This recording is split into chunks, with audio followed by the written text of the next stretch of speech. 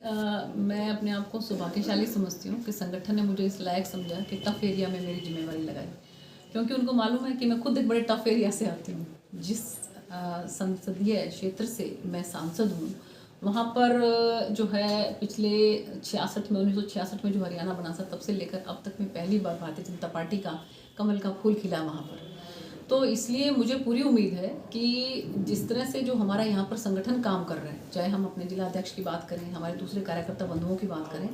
तो जितनी मजबूती के साथ यहाँ पर हमारा संगठन खड़ा है, मुझे पूरी उम्मीद है कि बहरोड की सीट जो है हम निकालेंगे। बहरोड क्या, बल्कि अलवर देहात उत्तर जो है, इसकी 5 की 5 विधानसभा है, तो उसमें हमें पूरी उम्मीद है कि यहाँ पर भारतीय जनता पार्टी का कमल का फूल जो है अब की बार जरूर खिलेगा। क्योंकि भारतीय जनता पार्टी जो है काडर बेस्ड पार्टी है, अनुशासन वाली पार्टी है, और इसीलिए हमें उम्मीद है कि जो भी कैंडिडेट हमारा शीर्ष नेतृत्व जो है वो चुनेगा, उसके बाद जो बाकी के कैंडिडेट्स हैं, जो आकांक्षी हैं, जो चाहते हैं कि हमें भी टिकट मिले, वो सब के सब उनके साथ मिलकर काम करेंगे। और मुझे पूरी उम्मीद है, क्योंकि आपने देखा होगा कि जो पिछले वाला चुनाव था 2018 वाला, उसके अंदर भी केवल और केवल 0.5% जो है उस मार्जिन से हम लोग जो है वो सत्ता में नहीं आ पाए थे, हम सरकार नहीं बना पाए थे। और अब जिस तरह से जो कांग्रेस पार्टी की सरकार रही है, चाहे इसमें आप पेपर लीक की बात करें, चाहे आप इसमें जो यहाँ पर लॉ एंड ऑर्डर की सिचुएशन है आप उसकी बात करें, तो इन सब को ध्यान में रखते हुए, चाहे भ्रष्टाचार की बात करें, लाल डायरी के बारे में आप लोगों को सबको मालूम होगा,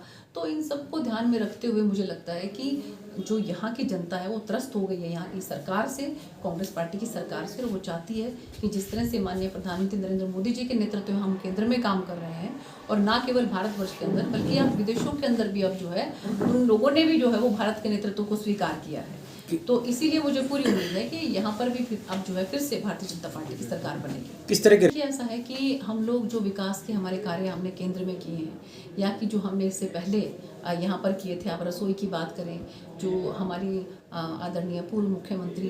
जो हैं वसुंधरा जी, उनके शासन में जो काम हुए हैं हम लोग वो याद कर रहे हैं सबके सब। तो मुझे पूरी उम्मीद है इन सब बातों को ध्यान में रखते हुए, विकास कार्यों को खासकर ध्यान में रखते हुए, आप केंद्र में आप देखिए कौन सी ऐसी योजना है कि जिसका लाभ जो है वो हमारे आम जनता को आज नहीं मिल रहा है। एक ईज़ ऑफ लिविंग जो है वो आम जनता के लिए होनी चाहिए, इस कोशिश में हमारी सरकार लगी रहती है। तो इसलिए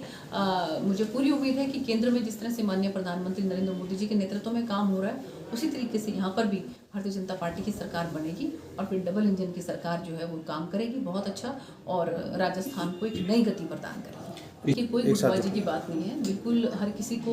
एक आकांक्षा होती है कि वो चुनाव लड़े, मेहनत करता है कार्यकर्ता, तो उसको बिल्कुल ये इच्छा होती है कि मैं भी चुनाव लड़ूं। और इन सब बातों को ध्यान में रखते हुए जो है वो हमारा शीर्ष नेतृत्व निर्णय लेगा, और जब वो निर्णय लेगा तो जिस कैंडिडेट को वो जो है वो चुनाव लड़ाएगा, तो बाकी सभी के सभी जो हमारे जो आकांक्षी हैं, मुझे लगता है कि वो सब के सब हमारा साथ देंगे। क्योंकि सरकार अगर बनेगी तो सरकार में फिर सबकी साझेदारी होती है, और जो है अगर हम पहले ही गुटबाजी में रहेंगे तो सरकार ही नहीं बनेगी, तो फिर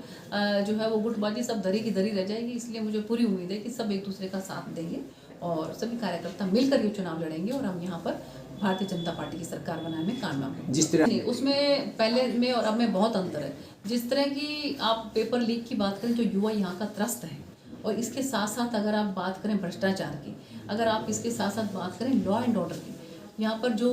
महिलाओं का, बेटियों का जिस तरह से यहाँ पर शोषण हो रहा है, जिस तरह के रोज़ जो है अलग अलग तरह की जो अनुसूचित वर्ग बहुत ज़्यादा परेशान है यहाँ पर, तो इन सब बातों को ध्यान में रखते हुए मुझे लगता है कि अब लोग जो हैं, खासकर जो हमारा फ्लोटिंग वोटर है, जिसको ये लगता है कि भी सरकार अच्छी होनी चाहिए, सरकार अच्छी होगी तो उनकी जो है लाइफ कुछ आसान हो जाएगी। यहाँ पर देखिए हर कोई अपनी मेहनत करके खाता है। बात क्या होती है कि सरकारें क्या करती हैं, सरकारें आके थोड़ी सी उनकी ज़िंदगी को आसान बना देती हैं।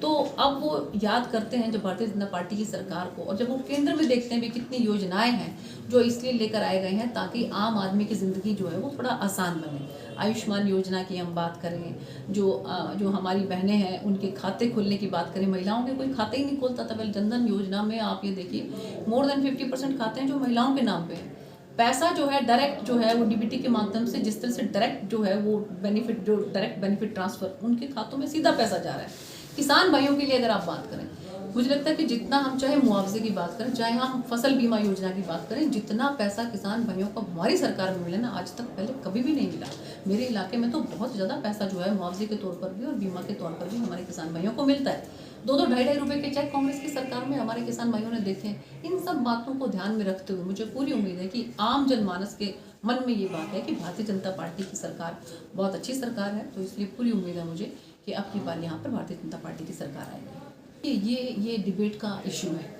मुझे लगता है कि इसमें सर्वदलीय बैठक जो होनी चाहिए और सब दल बैठकर, सांसद तो दूसरी पार्टी के भी हैं, सांसद केवल जो हमारी भारतीय जनता पार्टी उसी के सांसद थोड़ी हैं, और जो पेंशन है वो दूसरी पार्टी के जो सांसद बनते हैं, विधायक बनते हैं, वो भी तो लेते हैं। तो सबके सब सर्वदलीय एक बैठक होनी चाहिए। बैठक करके जो भी निर्णय होगा सबको सर्वसम्मति के साथ वो स्वीकार होगा। लेकिन कर्मचारियों के लिए भी जितना हमारी सरकार ने किया है, मुझे लगता है कि वो इससे पहले नहीं हुआ, और ये बात कर्मचारी बंधु भी समझते हैं। और इसके साथ साथ आप ये देखिए कि कितने ऐसे जो है वो वेन्यूज़ खुल रहे हैं हमारे युवाओं के लिए, जिसके माध्यम से उनको रोज़गार मिलता है।